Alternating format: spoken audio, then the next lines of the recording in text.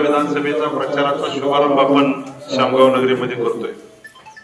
यासाठी आपले महायुतीचे उमेदवार सन्माननीय मनोजदादा या ठिकाणी उपस्थित आहेत। त्याच्याबरोबर शेतकऱ्यांचे नेते सन्माननीय सचिनाबाई, आता ज्यांनी मार्गदर्शन केलं ते आमचे सहकारी सुरेश भाऊ। पाणी पाणी पाणी खऱ्या अर्थानं शामगावसाठी पाण्याचा प्रश्न आपण 2017 साली भाऊ उचलून धरला। ज्यावेळेला मी जिल्हा परिषदेला उभा राहिलो त्यावेळेला पहिली घोषणा मारुतीच्या मंदिरामध्ये केली, जोपर्यंत या शामगावला पाणी देत नाही तोपर्यंत आपण स्वस्थ बसणार नाही।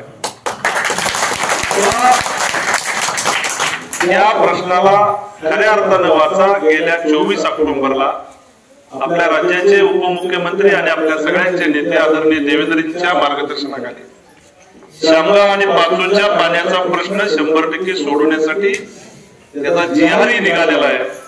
आणि येणाऱ्या काळामध्ये महायुतीचं सरकार येणार आहे। कराड उत्तरचा आमदार हा महायुतीचाच होणार आहे। जानेवारी टू पुढचे 6 महिन्यामध्ये या शिवारामध्ये पाणी खेळल्याशिवाय राहणार नाही, एवढा शब्द सगळ्यांच्या वतीनं देतो। विकासाच्या बाबतीमध्ये केंद्र आणि राज्य सरकारच्या किती योजना कुठपर्यंत आल्या त्या सगळ्या आपल्याला माहिती आहे। आमच्या माता भगिनीला लाडकी बहीण योजना सगळ्यांची प्रचितीत आहे। शामगावमध्ये मला वाटतंय शेतीची बिलं ज्यादा बागायत नसल्यामुळे कमी बिलं माफ झालेली, परंतु बाकीच्या योजनांचा फायदा शामगाव इतक्या कुठल्याच गावानं घेतलेला। कामगार कल्याण मंडळाच्या माध्यमातून अनेक लोकांना बाळासाहेब आपण राहुल आणि तुमच्या माध्यमातून लाभ दिलेला आहे। आम्ही कुठल्याही पदावर नाही, मी जिल्हा परिषद सदस्य, आम्ही कोणी नाही, कुठं आमदार नाही, पंचायत समिती सदस्य नाही, आमची कायमची धडपड असते की शामगावला न्याय मिळाला पाहिजे, शामगावचा विकास जो प्रलंबित आहे तो विकास झाला पाहिजे, यासाठी आमच्या सगळ्यांची धडपड असते।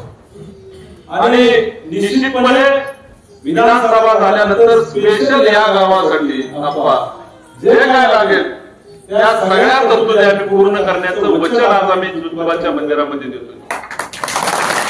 आपल्याला माहिती आहे तलावाच्या कामात सुद्धा आपण 5.5 कोटी रुपये टाकले।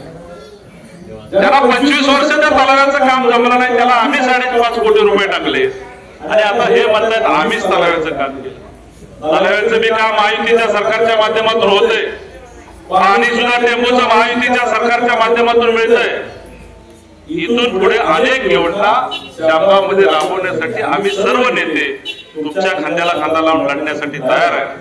परंतु माझी सगळ्यांना, मी आता जास्तीचं बोलणार नाही कारण वेळ होतोय, माझी इथल्या सगळ्या कार्यकर्त्यांना विनंती आहे, बाळासाहेब काही जरी झालं राहून आपली दोन्हीच्या दोन्ही बूथ फुलत झाले पाहिजे। राज्याच्या नेत्यांनी उत्तरची जागा सुद्धा कमळ या जिल्ह्यावरती दिलेली आहे। माझी सगळ्यांना विनंती आहे, या बूथवर येऊन कराड उत्तर मध्ये पहिल्या दुसऱ्या नंबरला शामगावचं नाव आलं पाहिजे, ही माझी सगळ्यांना विनंती आहे। कारण जो ज्वलंत प्रश्न होता हा पाण्याचा प्रश्न आपण सगळ्यांनी सोडवलेला, अनेक प्रश्न आपण सोडवणार आहे, त्यासाठी आपण सगळेजण हे काम कराल अशी विनंती करतो। समोर बसलेले प्रमुख कार्यकर्ते त्यांना सगळ्यांना माझी विनंती आहे की आपण जवळपास स्वातंत्र्यानंतर 75 वर्ष पाहिली आणि त्यातला जवळपास फार मोठा काळ या ठिकाणी आपल्या विद्यमान आमदारांनी या ठिकाणी 25 वर्ष सलग या विभागाचं नेतृत्व केलं। तुम्ही सगळ्यांनी फार मोठा लढा उभा केला आणि त्या ठिकाणी ते उपोषण सोडवायसाठी मी धैर्यशील दादा, जयकुमार गोरेभाऊ, वेताळ भाऊ या ठिकाणी आलो होतो। त्याच्या अगोदर इथल्या विद्यमान आमदारांनी या ठिकाणी उपोषणाला आपल्या भेट दिली होती आणि त्यांनी स्पष्ट सांगितलं होतं मी काय तुम्हाला पाणी देऊ शकत नाही। बरोबर आहे। मला खरं तर इथं अपेक्षित होतं की ज्या वेळेला आम्ही या ठिकाणी पाणी आरक्षित करून घेतलंय त्याला तत्वता मंजुरी या ठिकाणी मिळवून दिलेली, तर या ठिकाणी ते आल्यानंतर आपण सांगणं गरजेचं आहे जसं तुम्ही आम्हाला पाणी देऊ शकत नव्हता तसं आम्ही तुम्हाला एक मत सुद्धा देऊ शकत नाही. हे उत्तर अपेक्षित आहे.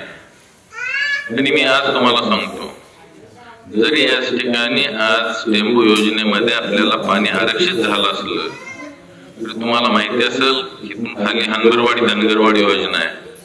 त्याच्या वडिलांनी स्वप्न बघितलं होतं आणि त्या योजनेची सुरुवातीची जी तत्वता मान्यता असेल, प्रशासकीय मान्यता, ही 1995 ते 2000च्या सरकारच्या काळामध्ये, म्हणजे पाणी आरक्षित झालं, सगळं झालं.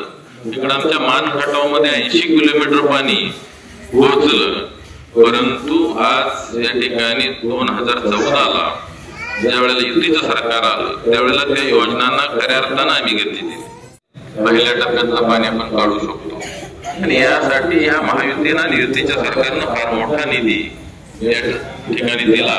पण हे कर्तबगार आमदार असल्यामुळं हे पाणी उचलायला 30 वर्ष लागेल. म्हणजे तुमचं जे आता जे मंजूर झालंय ते उचलायला किती वर्ष लागतील ते हिशेब करा. म्हणजे ह्यांना जर परत संधी दिली तर तुम्ही परत वर्ष मोजायचं काम करायचं, बाकीचं काय करायचं आणि नुसतं समाधान मानायचं पाणी आरक्षित झाले, पाणी आरक्षित झाले, हनगरवाडी धनगरवाडी सारखं, दुसरं काय म्हणायचं नाही. त्यामुळं आज जर कोण तुम्हाला मत मागायला आला त्यांच्यासाठी तर त्याला पहिल्यांदा सांगा की हा लोकप्रतिनिधी इतके वर्ष आमदार होता, याला इतक्या वर्षात आज जयकुमार गोरेभाऊ 45 गावांना पाणी देत आहेत. तिकडे तुम्हाला साध्या 2 गावाला पाणी देऊ शकत नाही, पण पाचसुंदानी या ठिकाणी आपल्या गावात या ठिकाणी शामगावला, म्हणजे ही किती मोठी शोकांतिका आहे. तरी मला म्हणजे विशेष वाटतंय की काही मंडळींना असला काय खुळका आहे, प्यायला पाणी नाही तरी प्रेम तिकडं. जर किती प्रेम होतो घालवायचं असलं तर घरी जाऊन तिकडं पाणी भरा, झाडून काढा, कामाला राहा, प्रेम व्यक्त करा. पण गावाच्या पाण्याच्या आड येऊ नका हे तुम्ही सांगणं गरजेचं. त्या मंडळींना समजलं पाहिजे की आपण आज कुठं चाललोय, आज जग कुठं चाललंय आणि आपण कुठं आहे. आज जर या शिवारामध्ये पाणी खेळलं तर आर्थिक दृष्ट्या प्रत्येक घर समृद्ध होईल. आज जे विरोधक म्हणून या ठिकाणी काम करणार आहेत त्यांच्या सुद्धा शेतामध्ये ते पाणी जाणार आहे. असं नाही होणार की तुम्ही त्यांच्यावर राहिला तर तुम्हाला पाणी मिळणार नाही. पण आज जर एकमुखी जर तुम्ही बरोबर आला तर या ठिकाणी फार मोठा विजय आपल्याला या ठिकाणी साकारता येईल. आणि जसं आता बाबांनी सांगितलं तसं जोपर्यंत या गावाला शिवारात पाणी खेळत नाही तोपर्यंत आमदार झाल्यानंतर स्वस्त बसणार नाही. या ठिकाणी 2010ला धरण झाले तळी, या आमदारांच्या कर्तेपणामुळं 14 वर्षानं पाणी कॅनॉल मध्ये पडले, हे लक्षात ठेवा. त्यामुळं यांची कर्तृत्व किती आहे ते लक्षात घ्या. ती पण आम्हालाच करावं लागलं. 2014 ते 19 मध्ये त्या पाईपलाईनचं काम थोडं 175 मीटर फक्त काम बाकी राहिलं. त्याने 2.5 वर्ष पालकमंत्री असून सुद्धा ते पूर्ण करता आलं नाही. मागच्या दुष्काळामध्ये आपण मार्च महिन्यामध्ये ते काम पूर्ण केलं. त्यामुळे आज तुम्ही सांगणं गरजेचं आहे प्रत्येकाला की या ठिकाणी बाबा या आमदाराला जर आपण मतं दिली तर दुष्काळाच्या बाजूला मतं दिली, आज इकडे महायुतीला मतं दिली तर ही पाण्याच्या बाजूला दिलेली मतं असणार आहे. आणि हे सर्वसामान्य नागरिकांना समजून सांगणं हे आपलं सर्वांचं कर्तव्य आहे. आज विकास कामाच्या बाबतीत मनात तर अंतर्गत कॉन्क्रिटीकरण वगैरे आम्ही सुद्धा पैसे या ठिकाणी दिलेले आहेत. प्रत्येक वेळेला या ठिकाणी शामगाव मध्ये माझ्या माहितीप्रमाणे मी आतापर्यंत 40-45 वेळा आलो असेल. आपले आमदार किती वेळा आले तर ते तुम्हालाच माहित असेल. आता मतं मागायला येतील 5 वर्षांना, बरोबर 5 वर्ष झाली. अशा पद्धतीच्या नेतृत्वाला का आपण या ठिकाणी संधी द्यायची हा सुद्धा विचार करण्याची आज वेळ आली. आपण लोकांच्या मध्ये जाणं गरजेचं आहे. मला पुन्हा आमची लाईट कट करायला काहीतरी करा. पण महाराष्ट्र सरकार असं आहे ते आल्यानंतर शेतकऱ्यांचं पूर्ण थकीत माफ केलेलं आहे. त्याबरोबर शेतकऱ्यांना 50,000 रुपये आंदोलन होतं ते सुद्धा दिलेलं आहे. आणि आपण नवीन घोषणा केलेली आहे पुन्हा सत्तेचे सरकार आलं तर संपूर्ण कर्जमाफी केल्याशिवाय सरकार राहणार नाही. पेटलामधून किंवा बेताळ साहेब पण आहेत. प्रयत्नामधून तत्वता मंजुरी आपल्याला मिळालेलीच आहे पाण्याची. हा आमच्या अत्यंत जिव्हाळ्याचा प्रश्न आहे, अत्यंत म्हणजे अत्यंत जिव्हाळ्याचा प्रश्न आहे. एक सांगतो, पाणी जर आलं ना तर ह्या गावातला प्रत्येक तरुण हा उद्या अतिशय उत्कृष्ट शेतीचा उद्योजक बनेल ही 100% आहे. आणि दादा खरं सांगतो, हे गाव फक्त गाव नाही, आता बऱ्याच ठिकाणी बघितलं, बऱ्याच ठिकाणचा सर्वे आला, पण हे गाव 100% 70 ते 80% आज तुमच्या पाठीशी ठामपणे उभा आहे. बऱ्याच अपेक्षा घेऊन बऱ्याचशा गोष्टीची तुम्हाला प्रत्येक गावोगावी किंवा प्रत्येक खेड्यातल्या प्रत्येक गोष्टीची जाण आहे. आणि अशी जाण असणारा आणि अशा चांगल्या विजननी बघणारा नेता आम्हाला मिळतोय, हे आमच्या सगळ्यांचं पण नशीब आहे.